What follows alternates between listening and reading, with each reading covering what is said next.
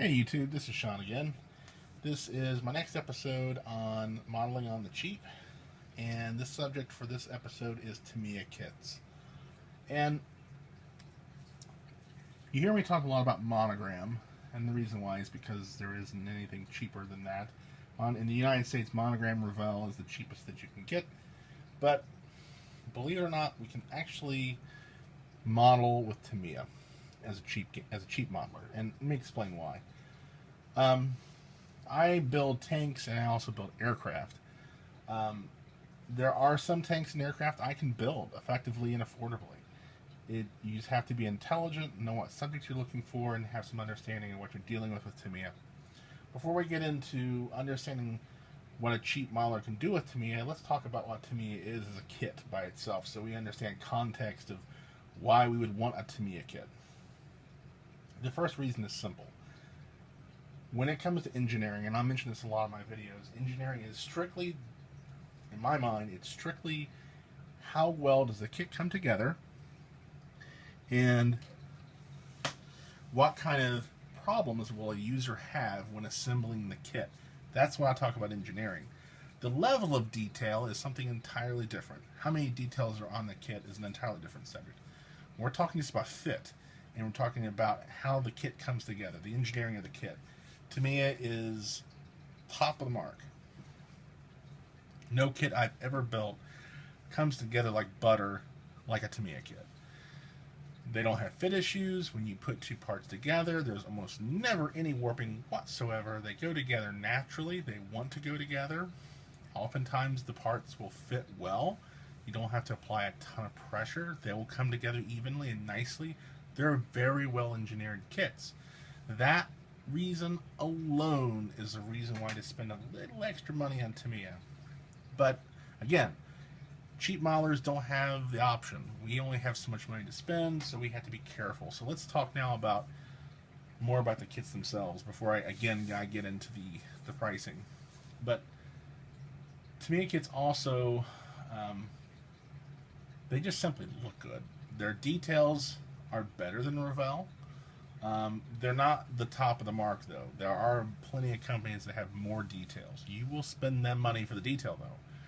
So, as a rule of thumb for me, I judge every kit that I'm looking at comparing to a Tamiya kit. Tamiya is the brand I'm going to choose if I can afford it. Is my general rule of thumb. If I can afford it, I buy Tamiya. So let's talk about how can we figure out what to buy and what kind of things can I tell you about Tamiya that will make your life easier when you go to find the kit that you want. Well, Tamiya makes primarily tanks. Now they make aircraft, they make ships, but by far and large the market for Tamiya is centered around tanks. That's not to say there's no aircraft. There's plenty of Tamiya aircraft out there. There's plenty of ships out there. But when it comes to Tamiya, 9 times out of 10, if I'm seeing a listing on eBay, it's for a tank. Tanks are what seem to be Tamiya's main center of function, and they go for a premium.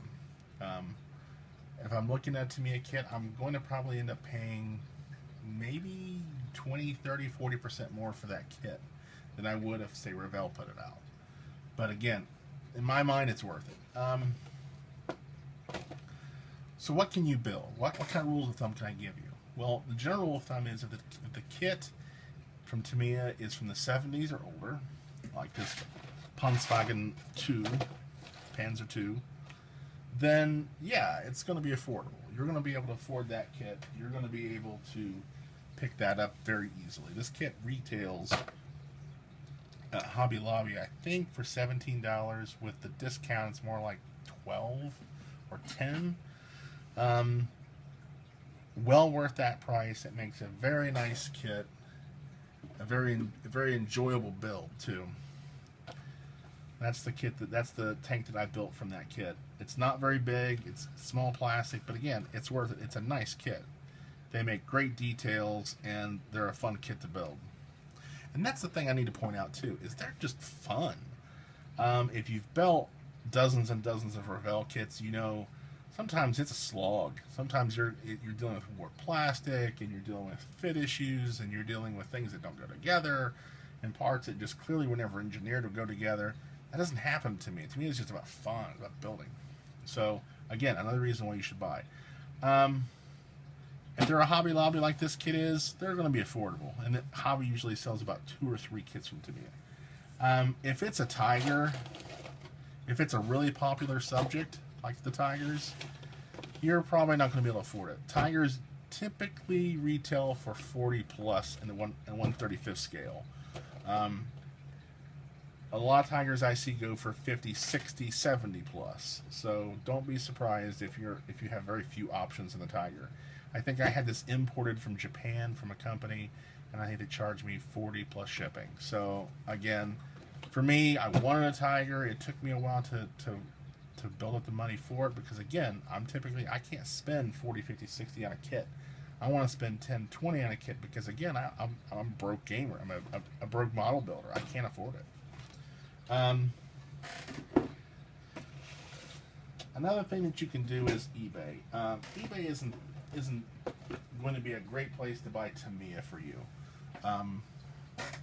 eBay is going to go almost for full retail, but occasionally, like this kit here, I picked this up on a website that modelers were exchanging kits, and a guy sold this to me for $10. Shows another good option. Sometimes you can pick those older kits up. This is a very old Tamiya kit, but again, it will make a nice tank, so it was a good pickup for me. Tamiya's aircraft selection is not as huge as a tank selection, but they make really, really nice kits. I highly recommend a Tamiya kit for aircraft.